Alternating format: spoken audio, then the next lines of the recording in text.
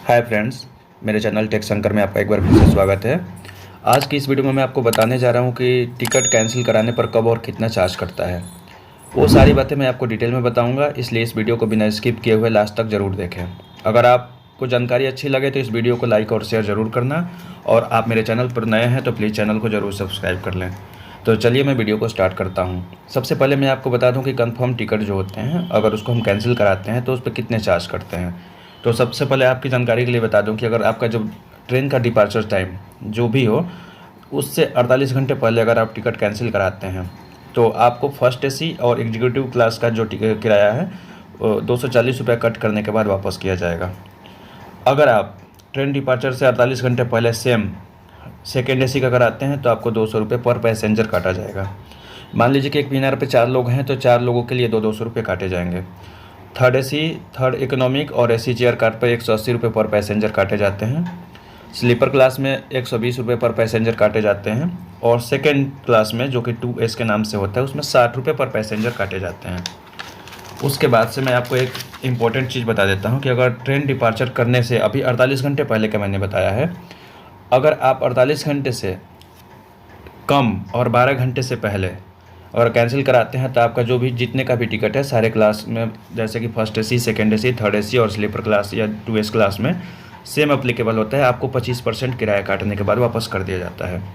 Suppose मान लीजिए कि आपका 100 रुपये का टिकट है तो आपको 25 रुपये काट के आपको यानी कि 75 रुपीज़ वापस कर दिया जाएगा। तीसरा पॉइंट कैंसिल कराने का, अगर ट्रेन डिपार्चर से 12 घंटे से कम रह जाता है और 2 घंटे पहले अगर आप कराते हैं तो आपको 50% फेयर ही वापस किया जाता है, चाहे किसी भी क्लास का हो, फर्स्ट एसी का हो या स्लीपर का हो। अगर सपोज मान लीजिए कि 100 रुपये का टिकट है तो आपको 50 रुपये काट के 50 रुपये वापस कर दिया जाता है। अब आपको बता देता हूँ, आपके दिमाग में चल रहा होगा कि RAC और वेटिंग लिस्ट वालों का क्या होता है। अगर आप RAC और वेटिंग लिस्ट का टिकट अगर ट्रेन के डिपार्चर से 30 मिनट पहले भी कैंसिल करा देते हैं तो बस ओनली आपको क्लरिकल चार्ज यानी कि 60 रुपये काटा जाएगा और उसको रिफ़ंड कर दिया जाता है। यानी कि RAC वाले और टिकट वेटिंग लिस्ट वाले का 60 रुपये काटने के बाद वापस कर दिया जाता है। अब आपको कुछ डिटेल्स में बता देता हूँ कि फुल रिफ़ंड आप किस केस में ले सकते हैं। अगर मान लीजिए कि फुल रिफ़ंड आपको लेना है तो आपने देखा होगा कभी कभी हमारी ट्रेन 3 घंटे, 4 घंटे, 5 घंटे लेट चलती है।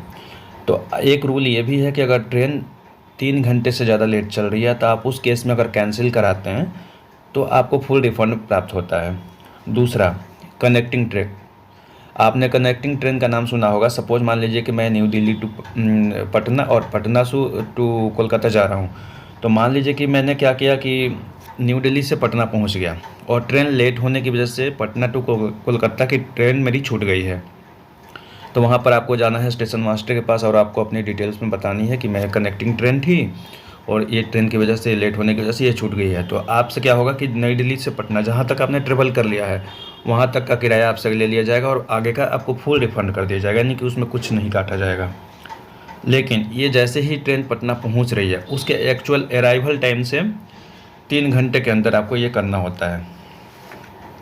तीसरा, अगर कोई यात्री अपना यात्रा बीच में छोड़ देता है, अगर आप सपोज मान लीजिए कि मैं यहाँ नई दिल्ली से पटना के लिए ट्रेवल कर रहा हूँ, मान लीजिए कि मेरे को छोड़ना है कहाँ, तो प्रयागराज में। तो प्रयागराज जैसे मैं उतरूँगा उसके बाद से मैं स्टेशन मास्टर से मिलूँगा। वहाँ से स्टेशन मास्टर एक मेरे को टिकट डिपॉजिट रिसिप्ट दे देगा। ठीक है, अगर हम टिकट रिसिप्ट ले लेते हैं तो अब क्या होगा हमारा कि जैसे नई दिल्ली से मैं चला और प्रयागराज, तो उस ट्रेन में नई दिल्ली से प्रयागराज का कितना किराया है वो काटा जाएगा और बाकी आपका जो टिकट फेयर है वो वापस कर दिया जाता है। तो ये हो गया तीसरा। आपको चौथा बता देता हूँ, आपने भी ये चीज़ें कभी कभी फेस किया होगा। कभी मान लीजिए कि जैसे कि कोई भारत बंद होता है या चाहे कोई कुछ पार्टियाँ होती है, रेल रोको आंदोलन चलाती है। तो उस केस में क्या होता है कि जैसे कि आपने जहाँ तक ट्रेवल किया है वहाँ तक आपका किराया काट कर फुल रिफ़ंड कर दिया जाएगा। इन केस ट्रेन खुली नहीं तो उस केस में भी आपको फुल रिफ़ंड कर दिया जाता है, लेकिन ये राजधानी और शताब्दी ट्रेन में लागू नहीं होगा। अब आपके लिए एक बहुत ही इंपॉर्टेंट चीज़ बता देता हूँ कि आप तो ट्रेवल करते होंगे और कभी कभी देखा होगा कि ट्रेन के कोच में ऐसी काम नहीं करता है, उस केस में भी आप रिफ़ंड पा सकते हैं। उसका नियम क्या है मैं आपको बता देता हूँ। जहाँ सपोज मान लीजिए कि नई दिल्ली से पटना के लिए ट्रेन चली है और कानपुर से प्रयागराज के बीच एसी काम नहीं कर रहा, तो वहाँ पर आपके गाड़ी के कंडक्टर या गार्ड या टीटी से मिलना है। वो एक प्रमाण पत्र जारी करेंगे, उस पे जो प्रमाण पत्र जारी करेंगे उसमें गाड़ी नंबर लिखा होता है, कोच नंबर लिखा होगा और फ्रॉम टू मतलब कहाँ से कहाँ तक एसी वर्किंग नहीं था। तो उस केस में क्या होता है कि आप फर्स्ट एसी में ट्रेवल कर रहे हो, तो उसमें क्या होता है कि उस फेयर को नॉर्मल फेयर की तरफ बीच में चार्ज किया जाएगा और आपका जो भी बैलेंस होता है वो आपको रिफंड कर दिया जाता है। तो ये लास्ट वाली जानकारी आपको कैसी लगी कमेंट करके ज़रूर बताइएगा। मिलते हैं नेक्स्ट वीडियो में ऐसी ही जानकारी लेकर, जब तक के लिए थैंक यू।